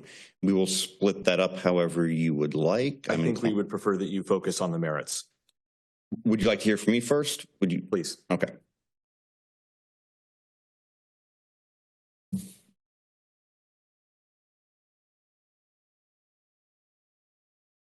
I would like to start by talking about Beryl and the prong 2 analysis, because I think a lot of these other issues become easier once we read Beryl correctly. So appellants, I think, are mistaken in their reading of Beryl and that they are confusing claims and causes of action. So Beryl concerns what to do when you have a cause of action that has claims. Some of those claims are predicated entirely on protected activity, and some of those claims are predicated entirely on unprotected activity. And Beryl says in that situation, you take this claim by claim by claim. Beryl does not say that when you have a claim that is predicated on both protected and unprotected activity, that you look only at the protected activity and you ignore the unprotected activity when you are doing the step 2 analysis to determine whether or not the plaintiff has presented a prima facie case. So the trial court, I think, correctly held that Beryl does not prohibit a trial court from considering the unprotected activity when doing that step 2 analysis. And appellants argued very forcefully in the briefing that that is what Beryl did. And that is, I think, the primary basis for their assertion that the trial court should be overruled. And I would like to direct you to Jackson v. Mayweather, which is 10 Cal App 5th, 1240, 1256. Where a tort claims challenge an entire course of conduct. Yes. Before you start reading from the cases, just acquaint me to where you are in your argument. Why are you saying what you're saying? What's the point? Sure. So there are a number of paragraphs that were challenged. The trial court held that some of those, the appellants survived the step 1 analysis and got to the step 2 analysis, but that none of them survived the step 2 analysis. And so the point that I'm trying to make is that if we accurately do the step 2 analysis, that's the end of this appeal. Because does that mean you think the step 1 analysis was correct? No. Well, sorry. I think that the trial court's step 1 analysis was largely correct, although I do very much agree with the points that I take it that you were making regarding true threats. Just keep in mind they're questions, not points, but proceed. Fair enough, Your Honor. And I would point out that we did not, at the trial court level, certainly did not waive, nor did we forfeit the issue of true threats. That was very much part of the briefing at that stage. So no, I think analytically, of course, you do step one first and then you do step two. And I do think that the trial court was correct. Well, then let me ask you some questions about the interaction between the First Amendment and the anti-SLAPP categories of protected conduct. And I guess there's two. Take a social media post. If a social media post is protected by the First Amendment, is it necessarily E4 protected conduct? No. All right. What about the converse? Can speech be protected under E4 even if not protected by the First Amendment? I can't think of an example of speech that would fulfill those categories. E4 doesn't by its language specifically track the First Amendment, but I can't Well, think does of E4 talk about constitutionally protected conduct? E4 talks about conduct that is taken in, it talks about protected conduct insofar as it's talking about speech, and speech is in many situations protected, but it doesn't specifically track the language of the First Amendment such that it is limiting itself to First Amendment protected conduct. You can proceed. So going back to Beryl, and then I will come back to Beryl step one. Court claims challenging entire course of conduct, including both social media postings and radio comments, but also threats and other retributive behavior.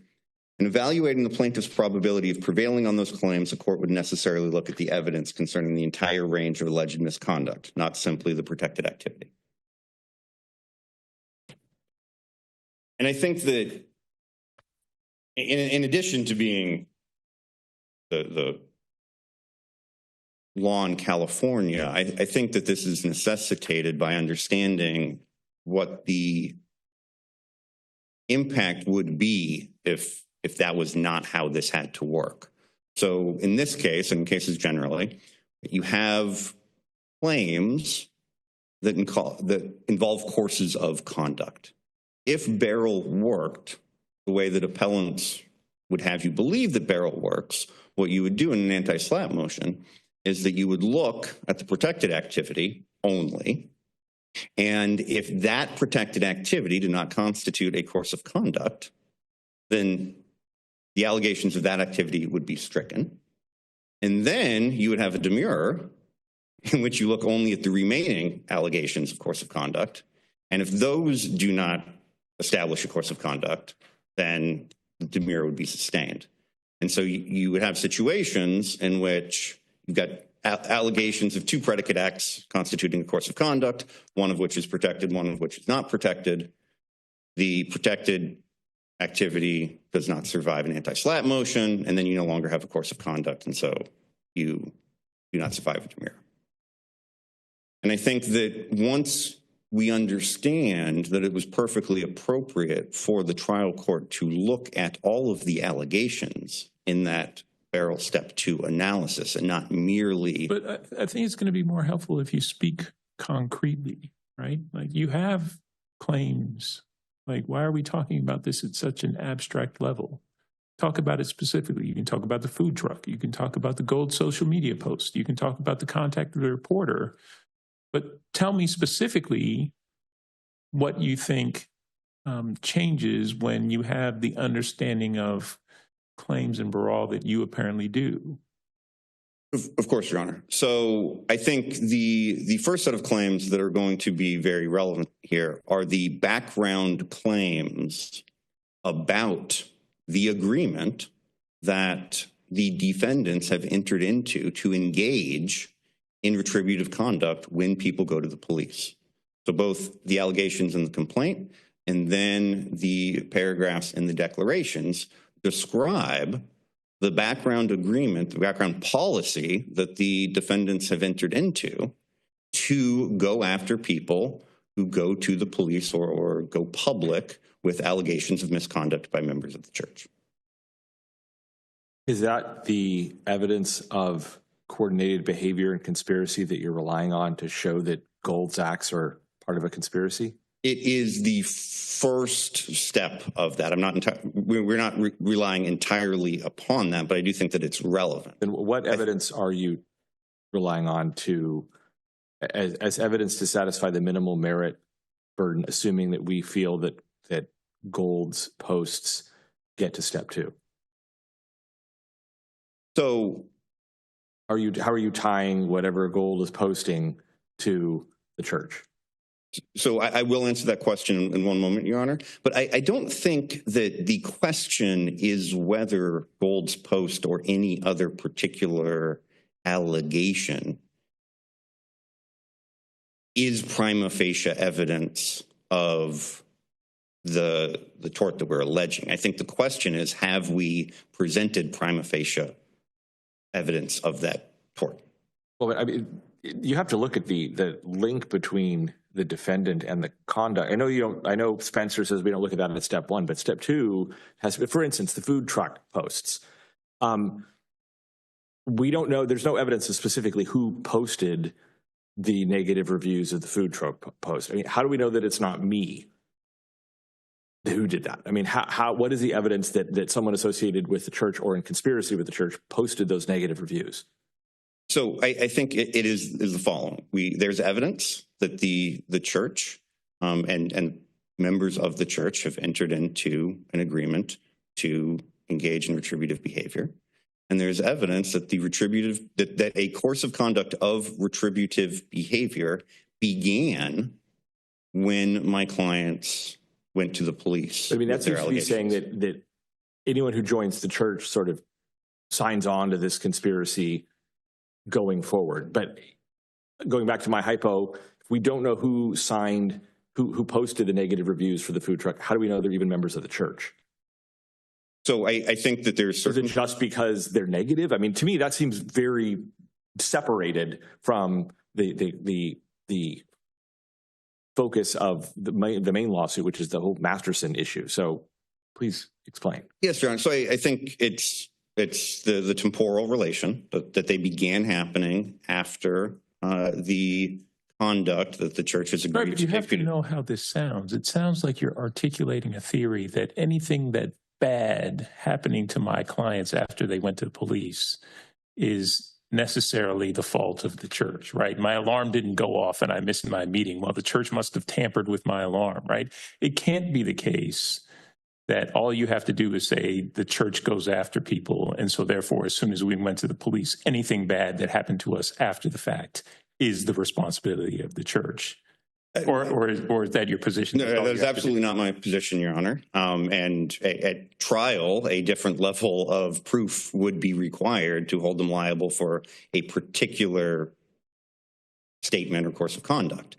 Here, we're just presenting a prima facie case. And I would add that it's not just that bad things have happened since then. It was that there was a marked division between a period in which bad things were not happening and then bad things began happening. But I want to go back and reinforce a point that I tried to make a moment ago, which is that if you were to hold that there was insufficient connection between, say, the food truck post and evidence of a conspiracy, that wouldn't warrant overturning the trial court's finding on this, because the question is, has there been sufficient evidence of stalking? If there has been sufficient evidence of stalking, that's the end of the step 2 barrel analysis. So you had mentioned Jackson versus Mayweather, and I think what you're arguing now is contrary to Jackson versus Mayweather. Okay, so in Jackson versus Mayweather, you had mixed causes of action, very similar to this case. You had a series of things that were unchallenged, physical abuse, those sorts of things that were not communicative activity, were not being challenged on the anti-SLAPP. In addition, you had statements that Mr. Mayweather had made on radio programs and in social media that were the basis of the anti-SLAPP motion. The court says those statements in those public fora are protected activity, and we get to the step 2 analysis. And so I'm interested in your thoughts on what Jackson versus Mayweather does with respect to that step 2 analysis. And to cut to the chase, I think what the court says there is that communicative activity cannot be a basis for liability. You have not shown minimal merit to show that that is conduct that is so outrageous. It's in the context of an IIED claim, right? It's not so outrageous that it becomes unprotected. Therefore, you haven't proven that you can hold Mr. Mayweather liable for that conduct, and it goes.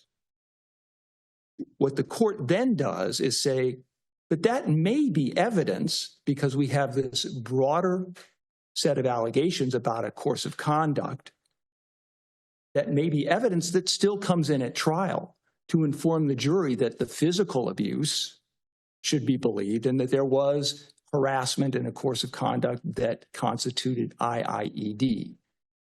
So taking that to this case, let's take, for example, the paragraph 175, lines 5 to 6, which is the statements by Michelle Miskovich to the reporter, right?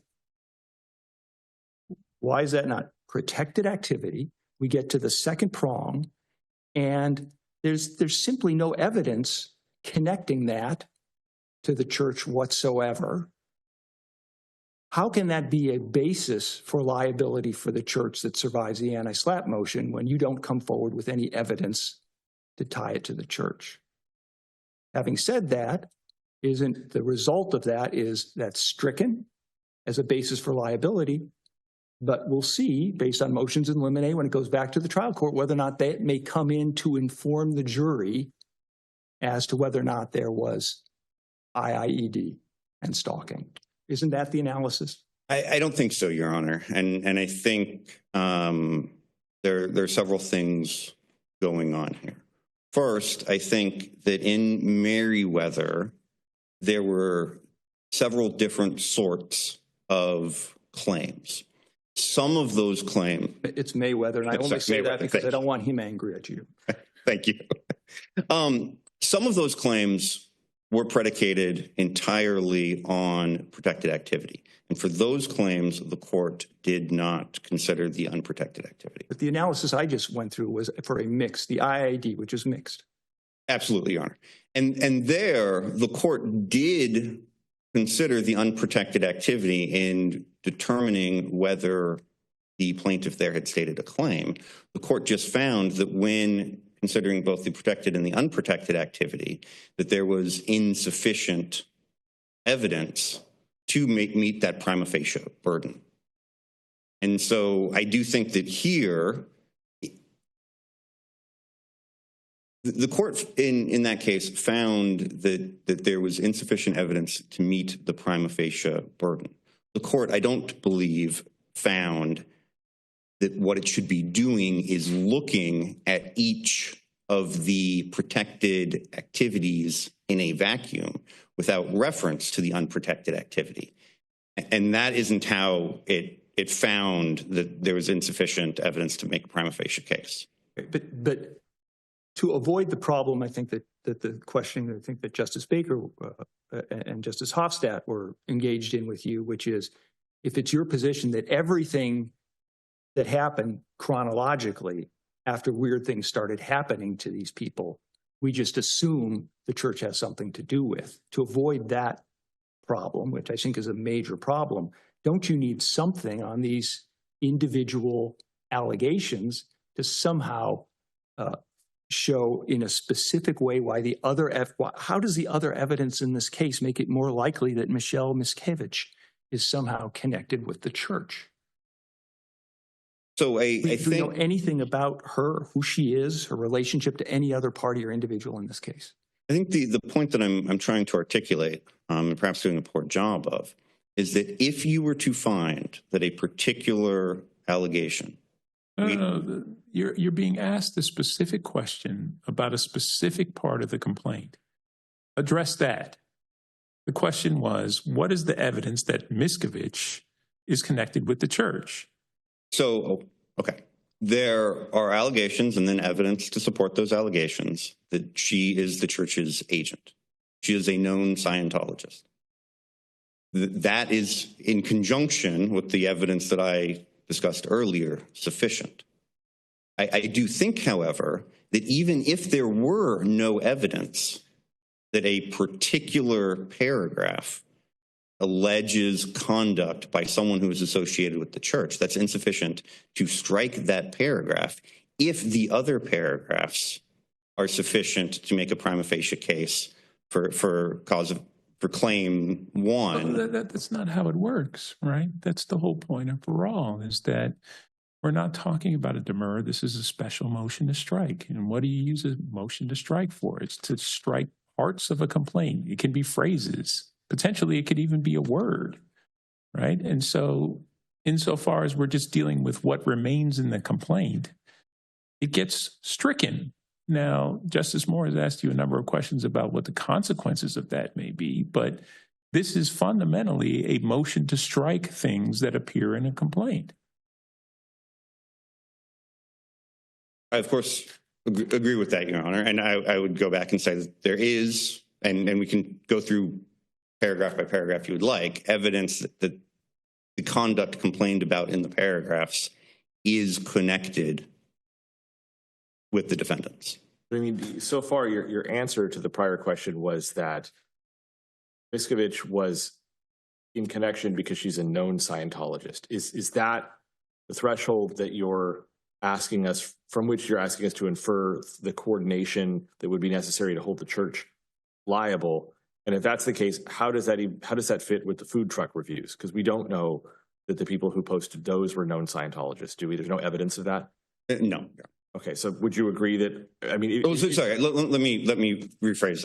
I spoke too quickly, Your Honor. Okay. I would not say that there's no evidence of that. I think the evidence... What is the evidence? The evidence of that is that the reviews were posted after the campaign of harassment began. So it's the timing concern that Justice Baker raised. It's just the fact that it happened after is enough, even though we don't know who it could be out in the ether of the internet who actually posted it. Yeah, yes, sir.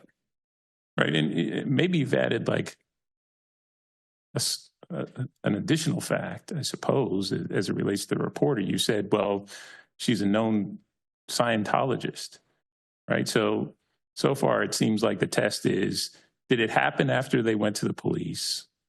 Is it something bad? And maybe is the person a known Scientologist, which means you could have sued Tom Cruise for all we care, right? That's the test.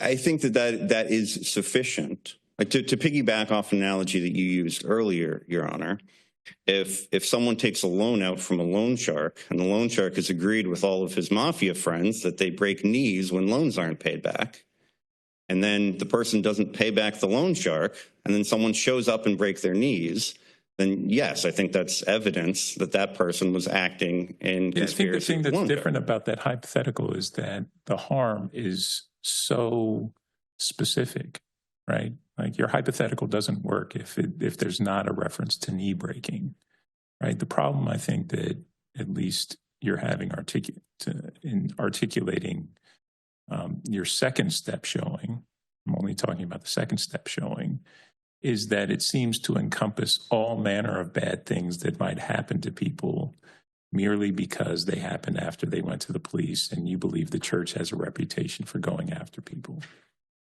That's, I think, the trouble. And it doesn't seem like there's any evidence in the declarations beyond that. So I would say that it's of course not merely that I believe, right, that there's evidence in the record that it's not merely a reputation, but a plan and conspiracy to do so. And I would also say that with the one exception of the food truck reviews. Let me just ask you a question, and ultimately I don't think it bears on the disposition of the appeal, but I'm just curious about it. And if your ultimate answer is, well, the record doesn't tell us, and I can't go outside the record, that's a perfectly acceptable answer to give. But my understanding of what happened in the trial court is there was some back and forth between the parties about what claims were actually a basis for liability and what claims were more sort of incidental or included just, or what allegations were included just as context, but not supporting a claim for recovery. And I'm just wondering how things like this contact with the reporter in the food truck ended up you decide that's the hill we want to die on. We got to keep the food truck in there. We got to keep the reporter in there. Does the record tell us why you think that's a basis for liability as opposed to like a contextual allegation? Because it seems like that was a considered decision. And again, if the record doesn't tell us, that's fine. I don't believe the record speaks specifically about the food truck.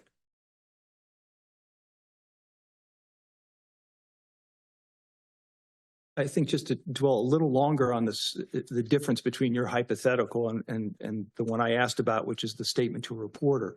Remember that we're already in the context of something that is in the public eye, right? We skip straight to prong two, but in prong one, we would have determined that someone going to a reporter and saying, hey, they're making up the allegations here, right? To jump from that when you have something that's a public issue and dealing with celebrities to saying that comment, we're going to infer that comment must have been made by someone under the direction of the church, seems completely contrary to the whole context we're dealing with here, which is something in the public eye. And in our current day, people comment on that. People comment on it with a lot of passion, and they may not have any connection to the issue. And so to sort of jump to, well, this, have us infer when we're at a stage, even though it's minimal merit, is an evidentiary requirement at that point, that it was done at the direction of the church, just seems a bridge too far. I don't think that you need to find that it was done at the direction of the church. I think it's sufficient that it was done in furtherance of a conspiracy that the church was a part of.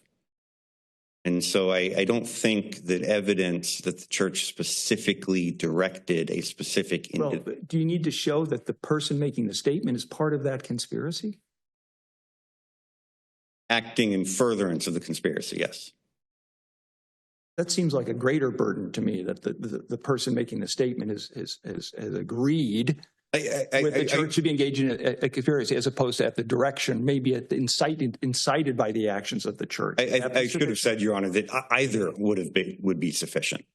Right? And there's, of course, overlap between the two, but there are instances in which people act at the direction and are not part of a conspiracy, and instances in which people are part of a conspiracy and are not acting at direction. And I do think that either one of those, and the plaintiffs proposed both of those theories at the trial level, would be sufficient.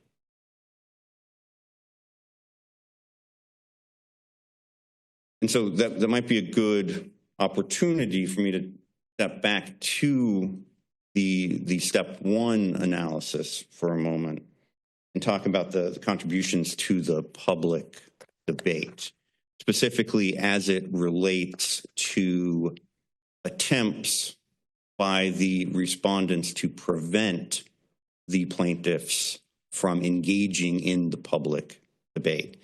And respondents have taken the position that attempting to prevent someone engaging in public debate is contributing to the public debate because it impacts the public debate. And I think that eliding the difference between impacting and contributing to the public debate is important. And I would direct you to the preamble of section 42516, which declares that its purpose is to encourage continued participation in matters of public significance. And I've been entirely unable to find any case addressing a situation in which someone predicated an anti-SLAPP motion on behavior that was dedicated to preventing someone from engaging in public debate. So I don't think there's any case law on this, but I do think the statute itself is clear that contributing to the public debate is important, and it requires encouraging continued participation in the public debate. So privately encouraging someone to not contribute to the public debate. But isn't that a content-based distinction, at least the way you phrased it? I don't think so, no. So we agree, of course, that Well, Public- let's say you have an ongoing debate about a public issue.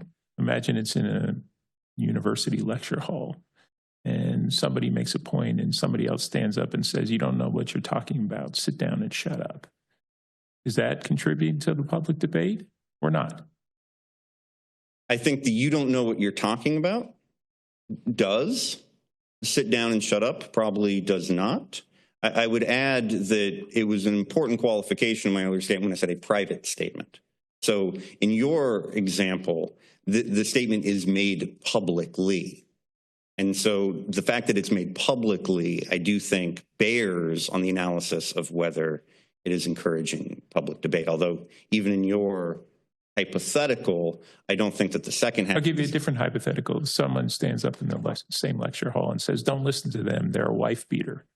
Does that contribute to the public debate? I think that would, because you're directing the statement to other people. All right. So then related to this case, I mean, the position on the other side presumably would be some of these statements, the gold social media posts and other things, are basically an effort to say the people who are saying these things are not credible people and you should not listen to them and they should stop talking.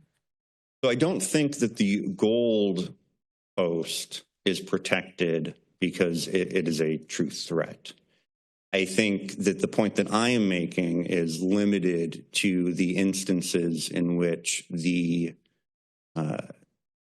appellant's agents or co-conspirators were privately attempting to convince people to not go to the police or to not publicly engage. Is the line you're drawing, is your case, you would say, is closer to the hypothetical that two students are walking into that lecture hall and before they get there, one turns to the other and says, you better shut up and not open your mouth and make your point in there.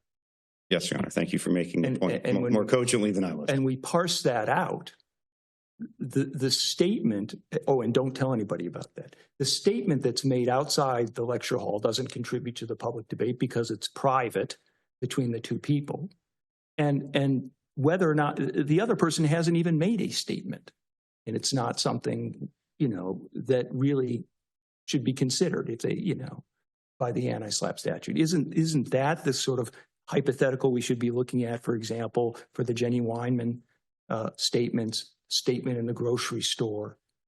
Yes, Your Honor, that is exactly the point that I was attempting to make. It's the context, the non-public context of those and the implication from those statements that they don't want their own statements to be made public. They're just trying to chill someone else from speaking. Yes, exactly, Your Honor.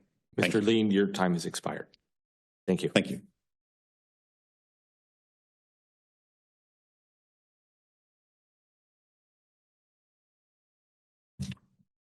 Thank you, Your Honors. I think I'll just start where counsel led off. I think the Willis versus Disney case, which came out after the conclusion of briefing, but which we submitted to Your Honors, is exactly the situation where private conversations that had the impact of someone not speaking absolutely got through prong one of the Philmon analysis. In that case, it was whether a band would be invited to perform at a particular venue, but the analysis is very clear that the private conversations about whether or not someone should speak or not speak does advance the public discussion about what is ultimately spoken. And so too here, based on the allegations in the complaint, the third parties who were encouraging people to either not make allegations public or to convince them that what they were thinking was not the case so that when they would go public, they would say different things.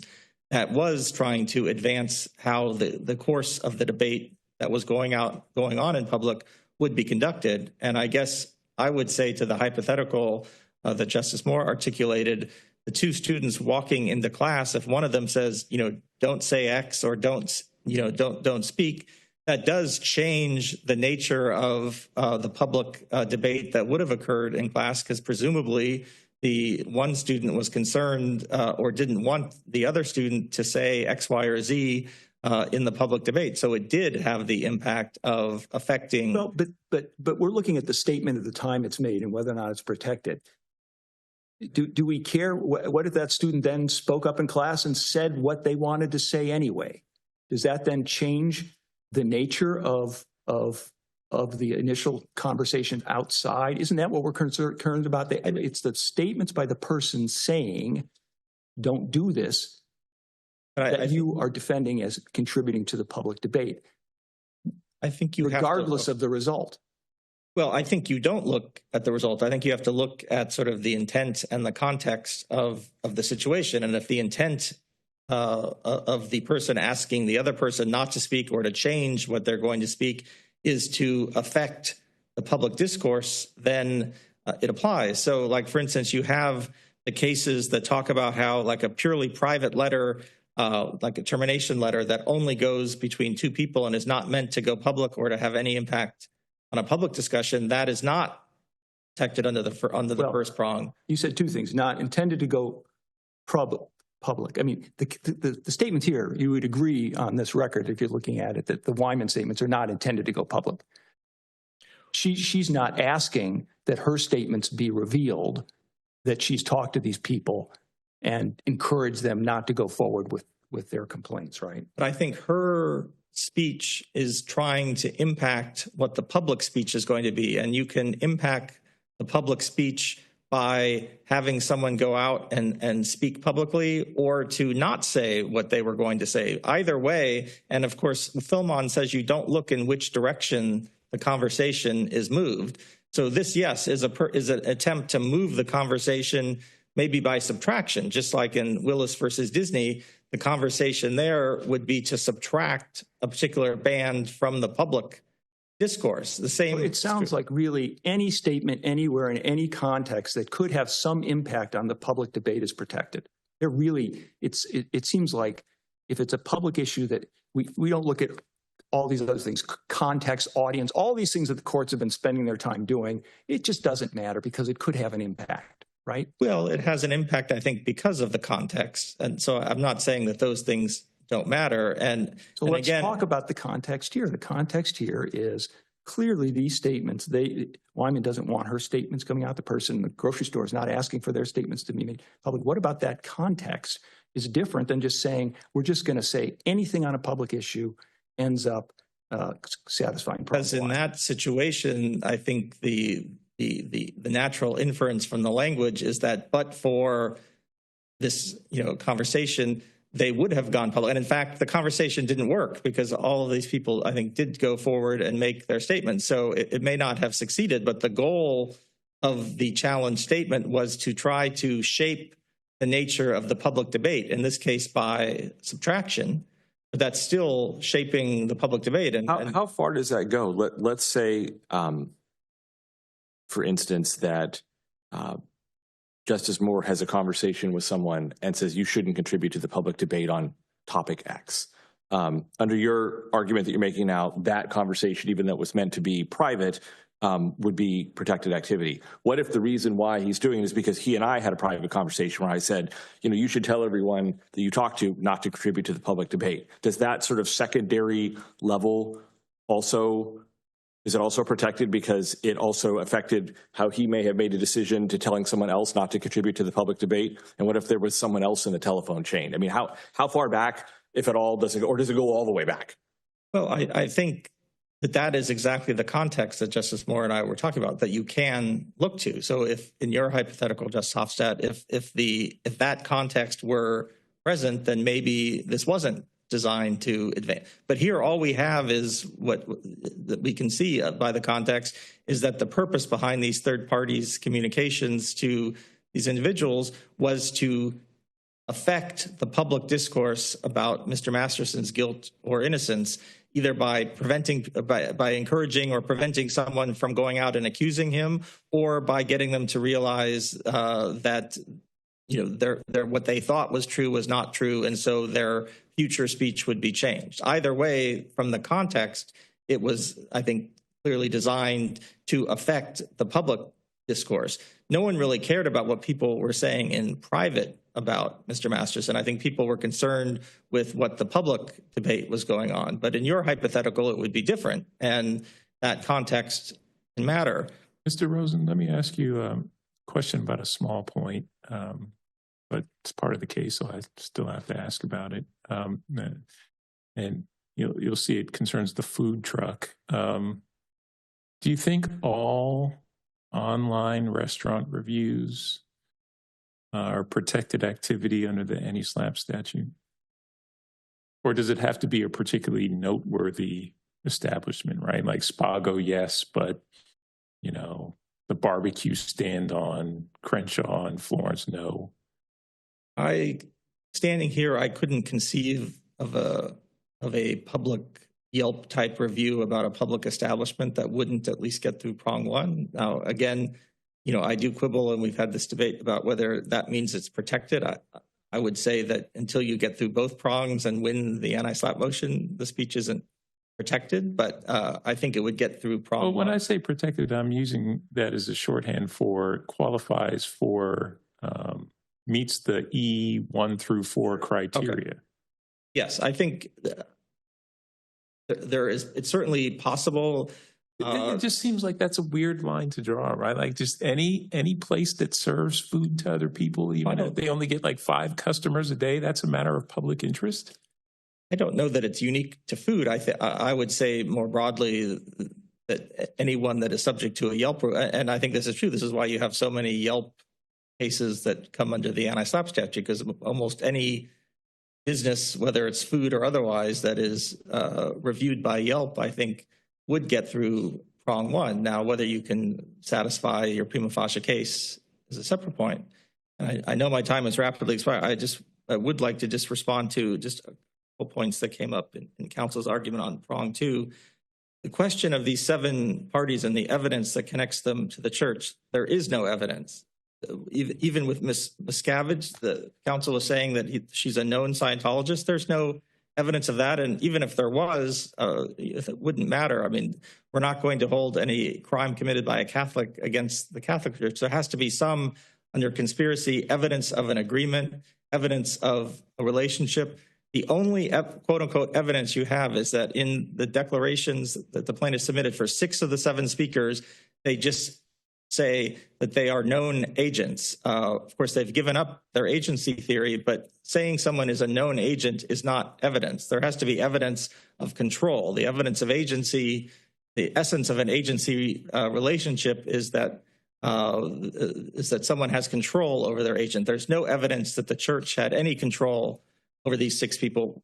Ms. Weinman is not even alleged to be an agent of the church. She's alleged to be an agent of Mr. Masterson. And there's no evidence on any of them to support the theory that they're collapsing down to, which is a conspiracy, where you have to have some evidence of agreement to commit some wrong act, and there just is none.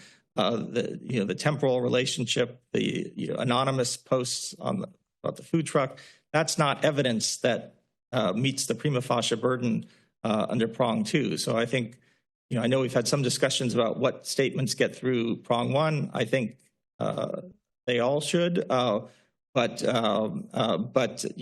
even if the court finds that some but not all, I think those should be struck because there's no basis under prong 2 for the plaintiffs to have made their prima facie case with admissible evidence. You can't just have an assertion that they're an agent. That's not evidence, and the only admissible evidence on agency is from the defendants, where we put forth declarations from the actual people in the know at each of the relevant church entities, saying that these were not agents by giving very specific examples of we didn't control them, we didn't employ them, etc.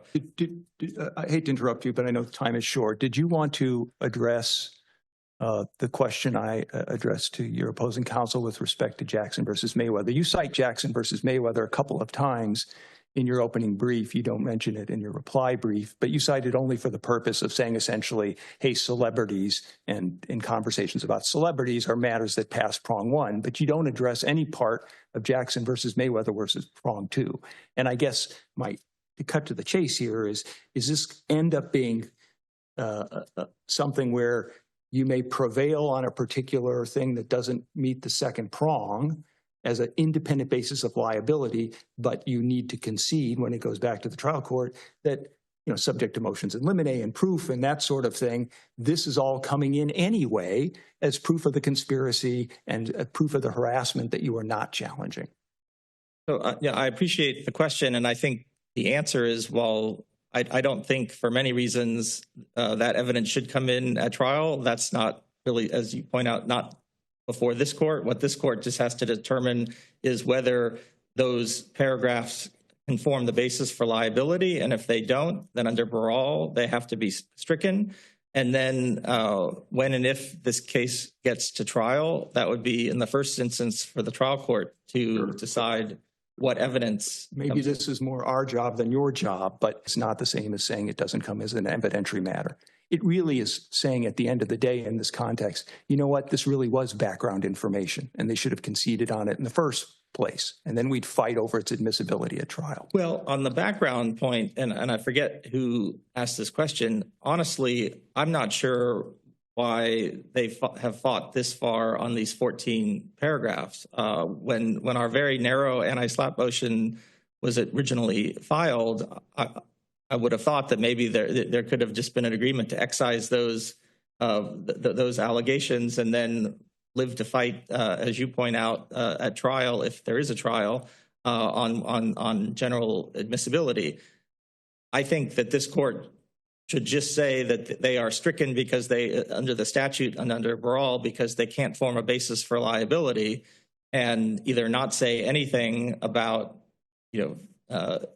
admissibility, or just say that, or if you want to say something, you could just say we aren't here to decide ultimate admissibility as background information. Well, if we follow Jackson versus Mayweather, though, we do comment on it, right?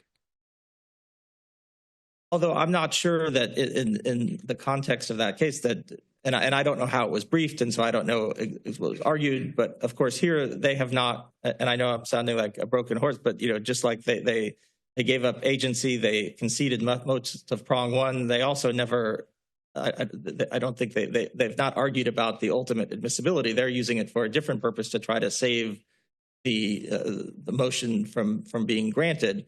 I don't think that, I think it would be somewhat of a dicta and without having the full record, because you don't know what claims, and they have, and this is in the trial court record. I'm not sure it's in the appendix, but they have a pending motion to amend their complaint that, when this gets back to the trial court would be heard. I appreciate your answer. So there's a whole host of things that would happen before we'd even get to that admissibility question. Your time has expired. Thank you, Mr. Rosen. Thank you both. Counsel, matter is submitted and we are in recess. Rise.